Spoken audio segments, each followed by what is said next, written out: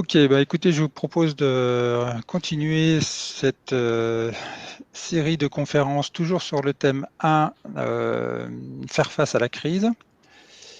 Et donc on a vu comment un aléa, en l'occurrence climatique, pouvait déclencher des crises, mais il n'y a pas que les aléas climatiques qui peuvent déclencher des crises, il y a aussi les aléas biotiques.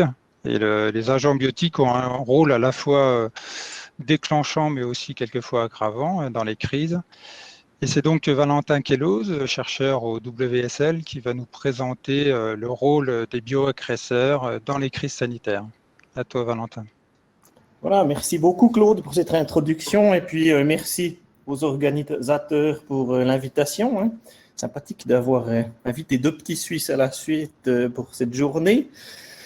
Je vais donc vous parler après cette introduction aussi par Yann Vitas sur les aléas météorologiques, plutôt du rôle des agents biotiques dans les crises sanitaires. C'est un exposé que j'ai préparé avec quelques co-auteurs suisses et français que je remercierai à la fin encore. Donc, je vais commencer, une fois n'est pas coutume, par quelques notions et définitions, surtout celles des agents biotiques et des crises sanitaires, en utilisant pour ce faire la spirale de Magnon. Et puis ensuite, on va voir quelques exemples, quelques outils et mesures de gestion pour les agents biotiques déclenchants, mais aussi pour des agents biotiques aggravants, qu'ils soient exotiques ou indigènes. Donc, les agents biotiques, ici une petite illustration d'un livre pour enfants. Vous voyez une forêt, un écosystème forestier, et puis ces agents biotiques qui sont omniprésents et partout, hein. Qu'on parle d'insectes, de nématodes, de virus, de bactéries, de champignons, de phytoplasmes, ou peut-être encore d'autres choses qu'on ne connaît pas ou qu'on ne décrit pas, hein. Peut-être aussi le gibier qui peut avoir une certaine influence que je n'ai pas noté dans mes slides, puisque c'est plutôt un thème un peu plus politique, et puis on a décidé de ne pas l'intégrer. Ces agents biotiques, d'un point de vue écologique, se déroulent le long d'un spectre que vous voyez entre d'un côté des organismes plutôt bénéficiaires pour l'écosystème forestier, du côté gauche, hein, en vert, et puis du côté droit, plutôt des organismes, des agents qui peuvent avoir un rôle mortel, hein, causer une mortalité. Entre les deux, vous avez des agents d'éclaircie, qu'on nous appelle des éclaircies naturelles, hein, donc des agents biotiques qui accélèrent un petit peu la mort de certains individus. Et puis, entre les deux, vous avez aussi quand même encore beaucoup d'agents, soit dont le rôle n'est pas connu, soit qui entraînent une perte, une réduction de croissance, mais pas quelque chose de très, très visible. Donc là, j'ai essayé par ce triangle gris de mettre un peu en lumière le nombre de ces agents pour ceux dont le rôle est connu. C'est une impression, hein, c'est pas une exactitude scientifique, mais mon impression, c'est qu'il y en a beaucoup dont on ne connaît pas le rôle ou dont le rôle est assez neutre dans le milieu. Donc, la notion de crise sanitaire qui a déjà été un peu discutée, que je reprends de la version, je pense, un petit peu ancienne, je n'ai pas encore la dernière version de la gestion des crises sanitaires, qui est une mortalité avérée exceptionnelle en dépassant la mortalité habituellement observée dans le type de forêt concernée. On parle de crise sanitaire dans ce cas-là. Pour moi, ça reste un concept quand même assez vague, même si dans la pratique, on est souvent quand même capable de détecter des crises sanitaires. On sait quand on a affaire à une crise sanitaire, mais souvent on ne sait pas pourquoi, dans les détails. Si on regarde, j'aime bien le concept de l'hélice du phénix qui a été développé par Magnon aussi, Griffin en 2001, où on commence en bas à gauche dans un peuplement, par la plantation, la régénération naturelle, et puis le peuplement va suivre une spirale, et puis ça va devenir un cône à la fin. Donc on voit d'une part qu'avec le temps, on va réduire de beaucoup la densité des peuplements, et puis on va accroître la grandeur des arbres. Donc la mortalité quand même est une chose omniprésente et puis dont on a besoin dans nos écosystèmes forestiers. La question, c'est vraiment ce qui était sur la slide précédente. À partir de quand est-ce qu'on dépasse une mortalité normale ou attendue dans nos peuplements? Et puis les Nord-Américains sont posés beaucoup de questions et puis ont défini hors crise sanitaire des normalités normales pour différents types de peuplements. Ce qu'ils appellent la baseline mortality, donc la mortalité de base. Donc à quoi est-ce qu'on s'attend? Puis c'est une mortalité qui a été logarithmée puisque c'est pas la même tout au long de l'évolution du peuplement. Mais là, par exemple, sur une échelle logarithmique, elle reste constante. Donc là, nos collègues nord-américains font beaucoup de mesures pour essayer de définir depuis quand est-ce qu'on a affaire à une crise sanitaire, ou le cas échéant, ici c'est l'exemple du hêtre en Amérique du Nord qui est attaqué par les nécroses corticales suite à des suctions de pucerons. Et puis là, on voit que c'est surtout des diamètres à partir de 20-40 cm qui sont affectés. Donc, c'est une crise pour des peuplements un peu plus vieux, ce qui, par exemple, ne pose pas un énorme problème de gestion. Ensuite, une autre définition, c'est la définition d'espèces exotiques envahissantes. C'est pour la Suisse, en tous les cas, cette définition-là, ça désigne une espèce exotique qui menace des écosystèmes, des habitats ou des espèces. Ce n'est pas nécessairement directement un arbre qui peut être menacé, ce sont d'autres espèces ou de la biodiversité de ces écosystèmes forestiers. Si on regarde l'évolution de la place des agents biotiques dans nos crises, en regardant un petit peu les évolutions avec les changements climatiques, c'est une publication de Zeidel 2017 dans Nature, avec les impacts sur la forêt. Donc, ce sont des modélisations, bien sûr, mais si on regarde pour l'Europe, que j'ai remis en grand, puisque les changements climatiques ne sont pas pareils partout, comme l'a expliqué Yann, on voit ici en rose-orange, les couleurs ne sont pas tellement fidèles. J'ai mis en grand les insectes et les pathogènes. On voit que pour les pathogènes, il y aura quand même des fois en rose, c'est l'augmentation, en vert, c'est la réduction. On attend quand même presque un tiers sur un tiers des relations pathogènes forêt, quand même une réduction des impacts sur la forêt avec le changement climatique. Par contre, on a quand même une augmentation aussi dans certains autres cas. Donc, il y a je pense que certains champignons plus liés à l'humidité, au frais, ne poseront plus de problème. Par contre, ceux qui pullulent quand il fait chaud seront plus favorisés. Pour les insectes, là, on voit moins de baisse dans les impacts sur la forêt. Ce sera plutôt une nette augmentation. Et puis, sur très peu d'espèces, on n'attend pas de changement par ces changements climatiques. Donc, en résumé, on s'attend à une hausse du rôle des pathogènes et des insectes dans les crises sanitaires avec les changements climatiques, ce qu'on a déjà vu d'ailleurs dans les dernières années. Maintenant, je vais en revenir à ma spirale de Magnon que je pense que beaucoup connaissent. C'est un concept qui a été développé dans les années 90 par Paul Magnon pour expliquer des déclins forestiers multifacteurs. Donc, ça a été pour le hêtre en Amérique du Nord, pour différentes autres espèces. Et puis, moi, j'aime bien travailler avec cette spirale parce qu'il y a trois. C'est comme si on compare ça avec une coquille d'escargot, vous avez comme trois voies principales, mais qui se rejoignent au final. Donc, avec des facteurs prédisposants qui vont un petit peu affaiblir certains arbres, mais pas nécessairement les faire mourir. Ensuite, des facteurs déclenchants.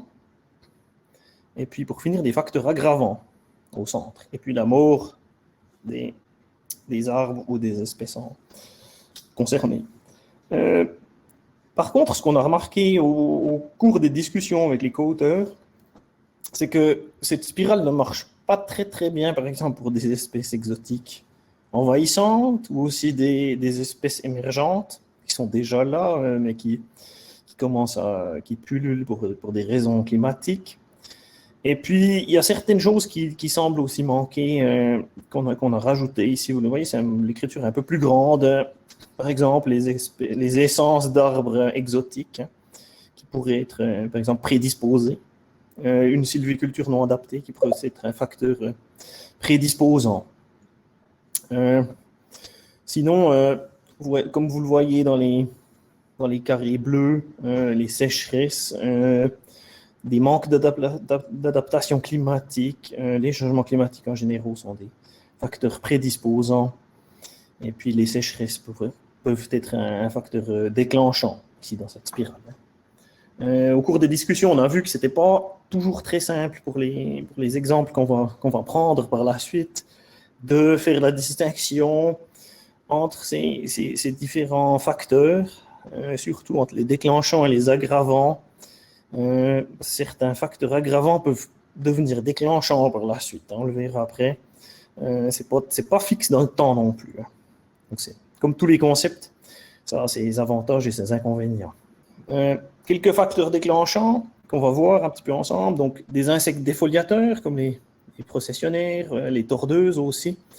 Et puis certaines espèces exotiques envahissantes, la calarose du frêne, le Phytophthora cinnamomii, la graphiose sur l'orme, la pyrale du buis et le volutella par exemple, et puis le capricorne asiatique, auquel je mets encore un point d'interrogation puisqu'on n'a pas encore pu vérifier sa dangerosité dans nos contrées, puisqu'on arrive en général à le garder sous clé. Mais on va passer quelques exemples, donc les exemples que j'ai mis en vert. Donc un exemple complexe de par chez vous en France, en Aquitaine, où suite à la tempête Klaus, si je ne me trompe pas, on avait à peu près 40, même plus que 40 millions de mètres cubes de pins maritimes qui avaient été cassés ou déracinés. Hein. Donc, cette image ici, en 2009, si je ne me trompe pas. Puis ensuite, en 2010, on a eu d'une part des attaques de scolites, hein, le Ips sexdentatus, si je ne me trompe pas. Et puis, en même temps, des défoliations par les processionnaires du pin. On va regarder un peu cet exemple en détail avec une prochaine slide. Donc, Hervé Jacquetel a fait des relevés, établi des corrélations, enfin, essayé d'établir des corrélations entre la répartition spatiale, par exemple, des chablis de tempête par rapport au pourcentage de scolité, hein, et puis à la défoliation par les processionnaires des pins. Donc on voit une bonne corrélation entre le pourcentage de chablis et le pourcentage de scolité, relation géographique bien sûr, spatiale. Par contre, ce n'est pas le cas pour les défoliations. Il a ensuite fait un modèle mathématique pour expliquer les chablis par les défoliations et les scolites. Donc, on voit assez vite, déjà l'indice, enfin, les cartes d'avant nous le disaient déjà que, effectivement, le pourcentage de chablis explique bien le pourcentage de scolites. La défoliation par les processionnaires est aussi un facteur qui influence les pourcents de scolité. Et par contre, les chablis et la défoliation n'interagissent pas entre eux, puisque c'est deux facteurs différents. Hein. Donc, le pourcentage d'arbres attaqués par les scolites augmente avec le pourcent de chablis et le pourcent de défoliation par la processionnaire. Si on regarde, et puis qu'on met ça à plat dans notre spirale, ce qu'on essaye de faire, on a deux facteurs déclenchants séparés, qui sont les insectes défoliateurs, cette processionnaire, et puis la tempête. Il faut dire que Magnon n'introduit pas la tempête dans sa spirale. Je n'ai pas trouvé pour quelle raison exactement, mais on a décidé, nous, de la rentrer, puisque ça explique bien un facteur déclenchant. Et puis ensuite, vous avez ces attaques de scolites qui sont des facteurs aggravants, qui profitent des deux sortes de dégâts, hein, les défoliations par les insectes et puis les chablis par la tempête. On va passer à un autre exemple. Ou non, je vais encore un petit peu vous donner 2-3 informations sur le typographe pour faire un lien avec la Suisse. Hein. Donc, on connaît tous bien le typographe qui s'attaque surtout aux épicéas, occasionnellement aux mélèzes ou au pain. Et puis, si on regarde les statistiques de pullulation du typographe sur la slide suivante, on voit bien que on a toujours des facteurs déclenchants, que ce soit des sécheresses, hein, comme 2003, avec des températures élevées, ce qui est très bon pour le typographe, ou aussi en 2018, la même chose, la sécheresse. Hein. Ce qu'on avait de plus en 2003, c'était l'impact de l'automne qui avait déjà produit beaucoup de chablis. Donc là, vous aviez la tempête, plus encore la canicule de 2003, qui ont effectivement fait dépasser les 2 millions de mètres cubes de bois infestés par le typographe. Et puis là, ces dernières années, on est arrivé sans tempête ou avec des petites tempêtes hivernales de 2018, mais surtout avec les canicules de 2018, des pullulations de typographe. Donc là, dans la spirale, même constat, on a 2 facteurs déclenchants séparés, donc les sécheresses et les tempêtes, et puis un facteur aggravant, c'est scolite. Pour certaines espèces envahissantes exotiques, on n'a pas besoin de facteurs déclenchants autres qui soient climatiques. Hein. Il y a certains agents biotiques qui peuvent être eux-mêmes des facteurs déclenchants. C'est le cas de la calarose du frêne, slide suivant, où à peu près 90% des frênes sont malades. Les mortalités touchent surtout le perchier et le fourré. C'est certain qu'il y a des endroits où il y a plus de dégâts que d'autres, hein, les endroits plus denses, les endroits plus humides, enfin les forêts denses de frênes, les endroits plus humides, mais on n'a pas besoin d'autres facteurs prédisposants ou déclenchants pour ces maladies invasives. La pyrale du buis, c'est aussi le même principe hein, sur un insecte invasif qui est lui-même un agent déclenchant de crise sanitaire. On a très peu de documentation sur les ravages exacts sur le buis, puisque ce n'est pas une espèce d'importance forestière, de production, mais on a eu des défoliations complètes en Suisse depuis 2018 sur différents peuplements assez grands. Ensuite, les agents biotiques peuvent aussi jouer un rôle comme facteur aggravant, on l'a vu avec les scolites juste avant. Souvent, c'est post-sécheresse, on a la même chose sur les hêtres. On ne va pas en reparler maintenant, puisque d'autres collègues vont en parler plus tard. Je vais vous donner encore un exemple, celui-là, celui de l'érable, mais il y a aussi différentes pourritures, armillaires, polypores divers qui font partie de ces facteurs aggravants, donc qui vont accélérer le processus, mais qui ne vont pas le démarrer. Donc là, une image que vous connaissez tous, ou pour la plupart, hein, de cette suie de l'érable. On voit pour la France ici une nette augmentation des cas de suie de l'érable ces dernières années, avec un pic ici en 2019, hein, ou 2020 même, 2019 je pense. Et puis on voit ici la répartition des cas. Et puis ce qui est intéressant de voir, c'est surtout sur érable sycomore. Hein. Donc quand même 1120 mentions entre 89 et 2018. Sur la slide suivante, vous allez voir la même chose pour la Suisse, en plus petit bien sûr, hein, puisque nous on arrive à peu près à 20 mentions, 25 mentions par année, mais c'est le même principe après 2018. On a des grosses augmentations sur ces suies de l'érable. La gestion des agents biotiques, ce qui est peut-être ce qui vous intéresse le plus, et je finis par y arriver.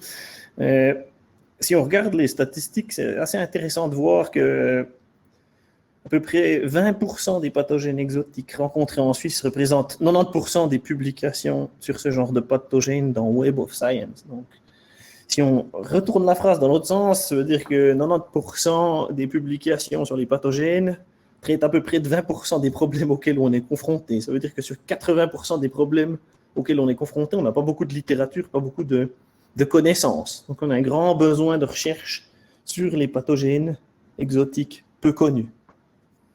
Pour les espèces exotiques, surtout envahissantes, elles sont la plupart réglementés. Est-ce que sur l'Union européenne ou par l'EPO, vous avez des listes d'alerte.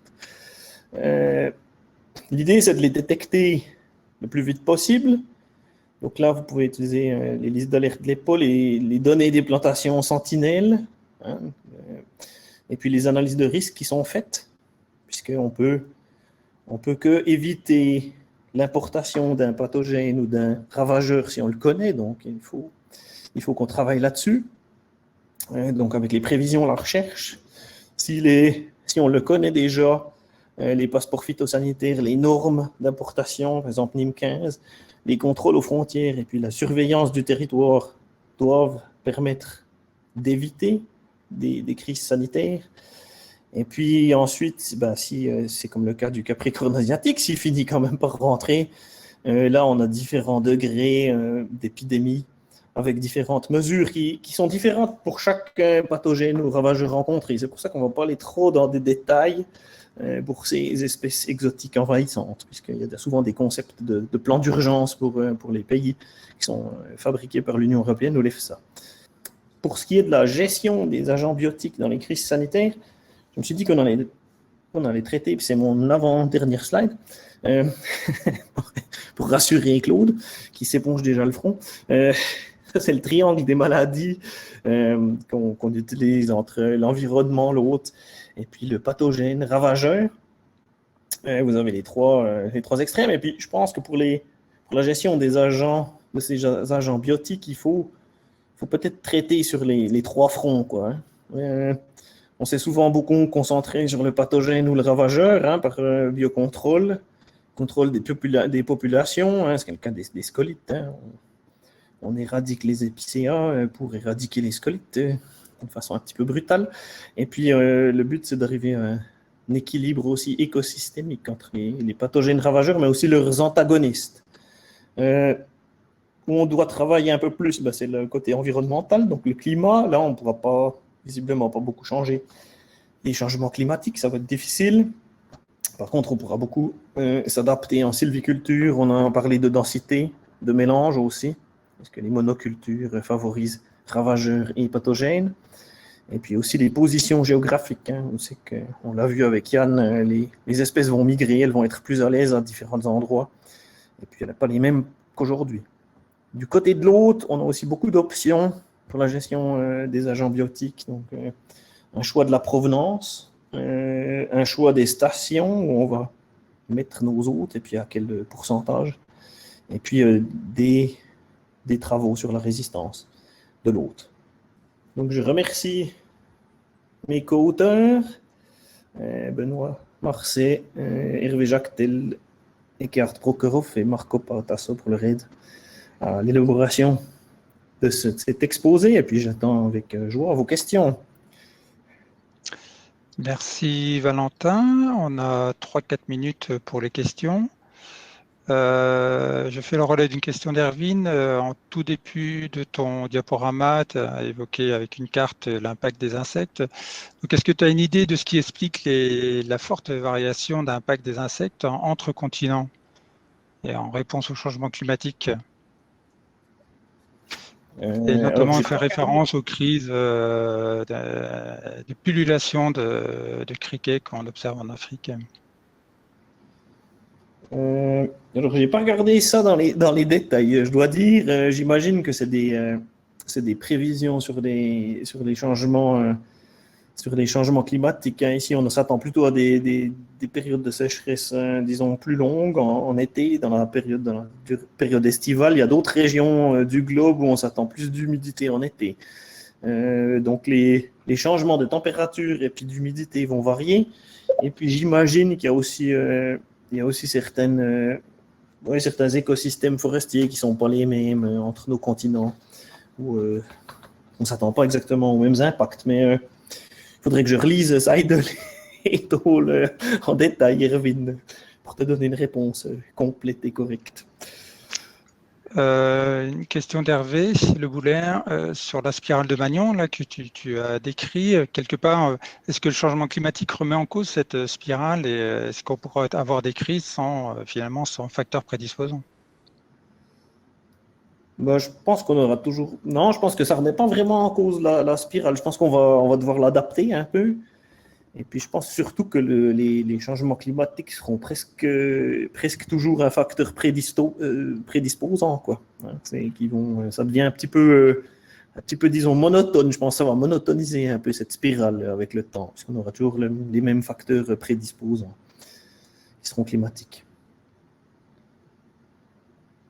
Tu as évoqué la Calarose, ça c'est une question qui revient assez souvent. Est-ce que les sécheresses ou le changement climatique, la hausse de température, est-ce que ça peut limiter la propagation de la maladie ou son impact au moins? Mais ça a été démontré par le WSL dans une publication sur la calarose, de même que par Benoît Marcet dans une publication sur la modélisation aussi sur la calarose. Puis effectivement, ça freine. Hein, on regarde l'avancée en France, on voit que ça freine et puis ça peine à atteindre le sud de la France. Donc effectivement, il semble que le champignon n'aime pas d'une part la sécheresse, d'autre part les températures très élevées, en dessus de 30 degrés. Donc effectivement, le changement climatique est bon pour le frêne. Je pense que le frêne est plus tolérant que la calarose à ces changements. Donc ça pourrait être positif pour le frêne. D'accord. Une question de Myriam. On parle souvent des invasifs, des exotiques, mais est-ce qu'il y a des publications récentes sur les indigènes qui deviennent invasifs sous l'effet du changement climatique? Mais on a alors pour me citer moi-même, on a une petite publication sur les charmes avec le Anthostoma decipiens, hein, un champignon dont on n'entendait presque jamais parler. Et puis là, on a des grands dépérissements quand même en milieu urbain et puis aussi en milieu forestier sur les charmes. Donc ça, c'en est un, mais il n'y en a pas tant que ça. Puis sur beaucoup de ces champignons, au final, on n'est pas toujours sûr qu'ils soient vraiment indigènes ou on l'a vu sur la calarose, hein, il y avait un champignon très similaire qui est arrivé, qui n'était pas indigène finalement, qu'on prétendait indigène. Donc on se méfie un peu, mais effectivement, il y a des cas qui viennent gentiment, quoi.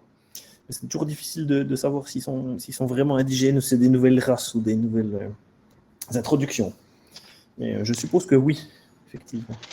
D'accord. Peut-être une dernière question parce elle apporte une certaine adhésion sur le, le mélange versus ensemble surfacique de plus grandes forêts. Est-ce que finalement l'impact du changement des agents biotiques est différent est-ce que ça a un impact différent selon le mélange ou pas? Euh, oui, ça a été démontré dans diverses études, en tout cas pour les ravageurs, ça a été démontré que le mélange et puis la diversité en forêt évitait des pullulations de ravageurs. Hein. C'est Alain Roch et puis je pense Hervé ensemble qui ont fait une ou deux publications sur le sujet. C'est la même chose si on regarde pour le frêne. La densité de frêne est un facteur aggravant pour la calarose. Donc, plus on réduit la densité, moins on a de problèmes. Est-ce que c'est toujours valable? Je ne sais pas, mais ça fait partie assez des règles aussi pour limiter les risques qu'on a dans nos surfaces, quoi, ce mélange. Ok, bah écoute, merci Valentin. Je crois qu'on va arrêter là pour Merci à passer à vous. la conférence suivante.